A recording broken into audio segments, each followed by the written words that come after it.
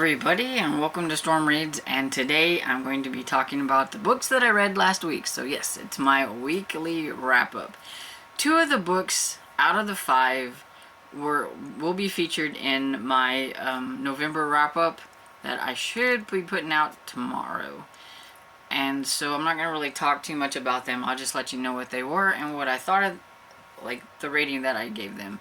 And so the first one is Blood Brothers by Nora Roberts, which I gave 4 stars to. It's the first book in the Sign of Sevens trilogy, and I really enjoyed it. I thought it was a lot of fun. It reminded me a lot of Dark Witch, but it was still good. And then Murder in Mayfair by D.M. Quincy, and it's the first book in the Atlas Catesby series. It's a historical mystery series, and I really enjoyed that one. I gave it 4.5 stars. It was probably my favorite cozy of last month. So, there's that.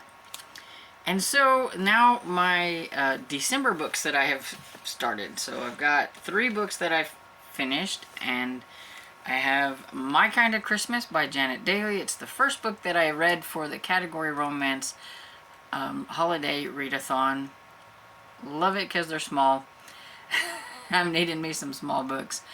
I found this one at the library, which I was really surprised because most of the time my library doesn't hold anything that I want. And I did also get an audiobook for this and listen to it. And this is about Travis, who he accidentally, it was an accident, he was a cop, he killed somebody, he had to pay for the crime, he spent 3 years in prison, and now he's kind of on his own, doing his own thing, trying to stay away from people. He has a rundown ranch that used to be in his family, and he's just kind of doing things on his own and needing to figure out an income.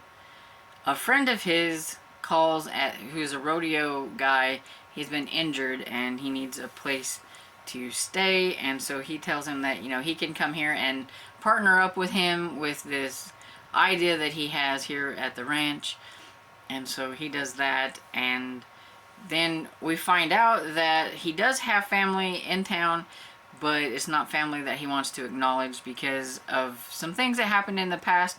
He has a mother and a stepfather, and this is his real father, and you find out the story about what happened there in here. And you also meet Mayor Maggie, who needs a Santa Claus because the old Santa Claus has retired and is moving to live with his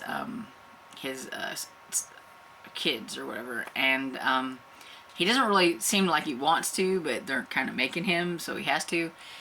And so he was neighbors to Travis, and he asked Travis to take care of his horses and his dog, and that's where the dog comes in. That's Bucket. And Bucket's pretty fun. I like him. And the thing is that they find out on his ranch that there is a Christmas tree farm, and so he thinks, oh, I've got an idea. It's around Christmas. We can sell Christmas trees, him and his friend. So they start trying to figure that out. The only thing is there's already a Christmas tree farm in town, and it's his father's. And so kind of makes him feel a little bit, you know, ornery, kind of, to like stick it to his father by trying to sell the Christmas trees and outdo him. And it causes a whole ruckus, and poor Mayor Maggie is in the middle of it. She really likes Travis, but she's friends with Hank, and yeah. And because it is short, I mean, there's an instant attraction and an instant, you know, like, thing. I don't really necessarily call it, like, it's not like insta-love, but it's more like insta-attraction. And it's a really quick progression and everything. But I will say that you can actually use this for sweet, because there was nothing going on in this one. So I can use this for sweet, so if I needed a backup, if I don't get my sweet read, I can always double up. So that's always good. But yeah, I thought it was okay. I give it 3.5 stars. Then I listened to A Boy Called Christmas by Matt Haig, and I forgot about this one whenever I was making my video about middle grade to children's like Christmas books that I wanted to read, and I forgot I had this one out on Libby, and so I listened to it, and so I have one extra one to add to that list, and I thought it was pretty good. I give it 4 stars. It's about Nick, and his father decides that he's going to go off and try to prove that the elves exist, and leaves Nick with his aunt. Well, his aunt's not very nice, and so Nick decides to go and search for his father. And in doing so, he meets a reindeer, and I think it's Blitzen, but I can't remember. But it was one of the reindeer. And he also, he doesn't have anything to eat. He's kind of wasting away. He thinks he's dying, and then he ends up getting rescued by somebody, and you find out they're elves. But the elves are not very nice to humans right at this point, because they had a human that betrayed them, and the head of the elves are he's like humans are bad, and being jolly is bad, and being nice is bad. And so right at this point, whenever he gets there, the elves aren't very friendly. But yeah, it was pretty cute. It's just, basically it's about kind of a story about how Santa Claus come into existence, because the elves, like, they call, like, whoever's, like, the head elf, like, father. So it's like father such and such, father such and such. And so, that's how we get Father Christmas. And so it was cute. And I noticed that it's, like, I think it's a trilogy, so I'll need to see if I can get the other 2. But there is a Netflix movie, and so I'm going to watch that and see it and see how different it is from the book. And then I have another for the category romance holiday readathon. This is my spicy. And so I read A Rancher's Christmas Storm by Mace Yates, and it's only part of this. The other book, it's a bind-up. The other book is called Seduce Me Cowboy. I don't understand why they didn't put 2 Christmas books in here. I thought that would have been, like, made more sense, but I will try the other book at some point. I thought this one was okay too. Maybe I didn't like this quite as much as I did the other Christmas story, but this is about Jericho and Honey. Honey Cooper is aggravated because her father, without consulting her, sold the ranch and vineyard to Jericho. Jericho is a friend. He's been a friend of theirs for a long time. Kind of grew up with him. He had kind of a difficult home life, and so he probably stayed there with them more than he did anywhere else. And so he's very good friends with her brothers. She has had a crush on him from afar for a very long time. And so it's aggravating to her that now he owns the ranch and where she's staying, because she stays there, and she's decided that she's going to take matters into her own hands. She is going to find a job somewhere else, and she is going to find somebody else to, like, put forth her, like, get him out of her mind. So she's going to hook up with Donovan, who is the guy who runs the place where she's going to be. She tells Jericho that, and Jericho's not very happy. He doesn't think she should be doing things like that.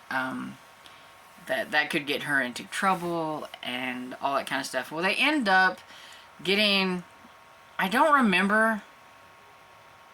Honestly, I don't remember how they ended up in the truck together. I don't know if... I think something happened to her car, and he ends up picking her up. But they're in the truck together, and he's taking her back to the ranch under protest. And they get snowed. Like, the snow starts falling so bad that they can't see, and he has to pull over. And then they're stuck there. And conveniently, he goes to look and see if he can find shelter for them, and there is a cabin. So, like, look at that. There was so lucky that there's a place for them to stay. So they get snowed in. So it's forced proximity, where feelings get, put out in the open and all that kind of stuff. And it is the spicy one, so it does have that. It is a Harlequin desire, so there were some sexy times. and I thought it was okay. I don't know. It seemed like there just wasn't a lot of substance. Like a lot of stuff happened, and I think it's because of the forced proximity to the snowed in. There just wasn't a lot. They were snowed in there, and not a whole lot to do except for discover the fact that they like each other. So there's that. And I gave it 3.5 stars. It was okay. I will try more from Macy Yates and probably read the other story in here at some point. But since that was number 4, I have to go back and read 1 through 3 because it's going to drive me crazy that I've read 4 and I haven't read the other ones yet. So there's that. Lots of reading for next year. And so yeah, that's all the books that I read for this week. And the last time I checked the poll, my sweet book is going to be Murder and Mistletoe by Barb Hahn. This was the one that was picked on the poll. It had the most votes. The last time I looked, it was at like 69%. Unless it's changed since the last time, but I doubt it's going to change enough to put this one out of the running. So this will be the one that I'm going to be reading. It says, a killer struck again in this small Texas town, this time at Christmas. For 14 years, Dalton Butler has believed his high school sweetheart's death was murder, not suicide. So when another young girl is killed in the same manner, the handsome rancher partners with beautiful and determined detective Leanne West. Together they work to expose a predator in their midst. Then their investigation takes an even further turn. Can they bring this killer to justice before Christmas is ruined for good? So there's that. And I like this cover. It was my favorite cover out of the whole thing, so I'm glad this one got picked. And I'm also still reading The Christmas Spirit by Debbie Maycomer. I just haven't spent a lot on my ebooks because I listen to the audiobooks. And so I'm hoping to get farther into that one. I'm liking it so far. I'm like 12% into it. And I could see where it was headed. This could be fun. It's about 2 guys that are friends, and they've been friends since they were in like grade school or whatever, or high school or something, and they played football together, I think it is. And the thing is they kind of grew apart a little bit, but they still stayed friends. One stayed in town and took over his father's tavern, so he runs a bar, and that was Hank. And then the other one went to seminary school, and so he's a pastor. So you've got a bartender and a pastor, and they're friends. And each of them thinks that their job is harder than the other guys. And so they're like, well, if you think my job is hard, you should try it. So they decide to trade jobs and trade lives there for a few days to let the other one see that they have it just as hard as the other guy. And so I think that's going to be kind of fun, especially for Hank to have to do all the stuff that the pastor has to do. I think that's going to be fun. And of course, they're both going to probably find a lady, and it's going to cause problems because they're switched or whatever. I mean, I can kind of see how it's going to go. It's, ordinary Christmas fun. And so I can't wait to get more into it. And that's the only things I think I have currently going, at least that I want to talk about. I have other things going, but And so anyway, have you read any of these authors? If you have, please let me know what you think about them down below, especially if you've read any of these stories.